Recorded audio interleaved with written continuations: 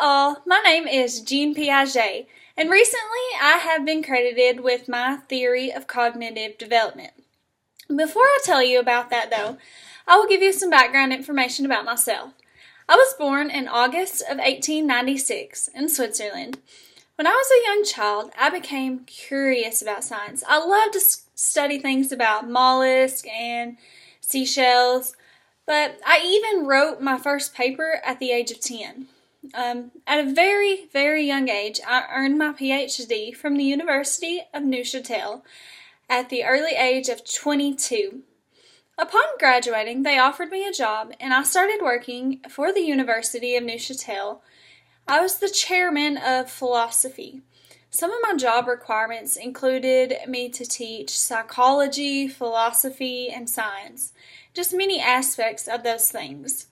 But later on, my beautiful wife and I had 3 children. I spent all my time with my children. And with the time I spent with them, I observed my children.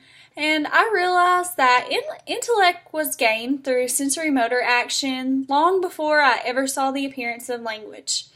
I started approaching the way I study children differently, based off of the observations I had with my children. I was studying through conversation, but my results made me change to letting children manipulate objects.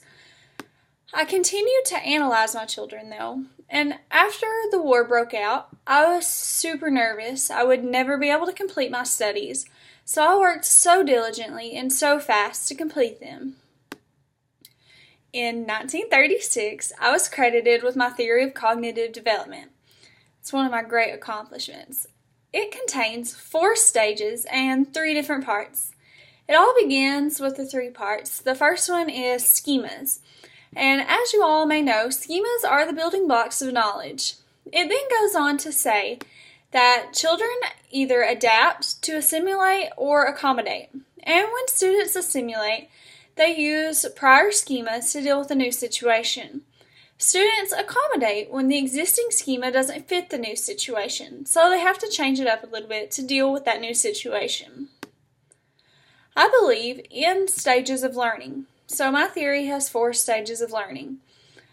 And the 4 stages associated with my theory are sensory motor, pre-operational, concrete operational, and formal observation.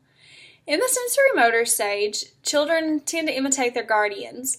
Their main accomplishment from this stage is children achieve the understanding that an object still exists even if it's hidden. So this stage tends to last from birth to age 2. Then the second stage is pre-operational. It begins at age 2 where the other leaves off and lasts till about age 7. They begin to use language and think using a symbol that is not present to represent the unseen items. So children tend to be able to focus on one thing at a time during this stage. They cannot yet understand someone else's point of view because the assumption is everyone thinks just like they do. So then they tend to move out of that stage and go on to the third stage, which is concrete operational stage. Children tend to think more logical by the time they reach this stage, and they also learn best during this stage if they use a hands-on approach.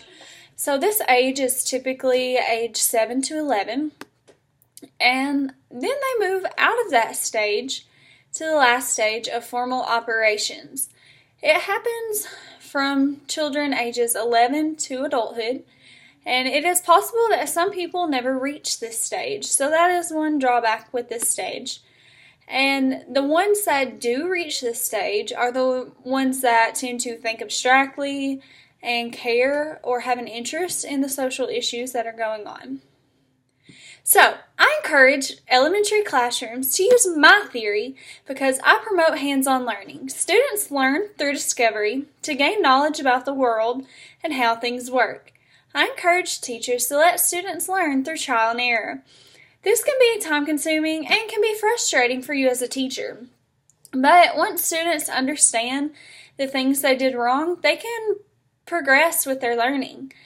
My theory is also considered a breakthrough for the way children are viewed and approached when they are studied.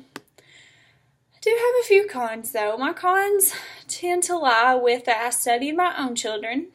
Those are the children that I had at hand and for the largest part of my study.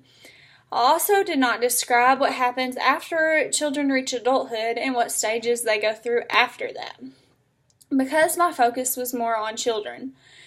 And my focus was a lot on children gaining knowledge by themselves rather than in different ways that learning actually occurs.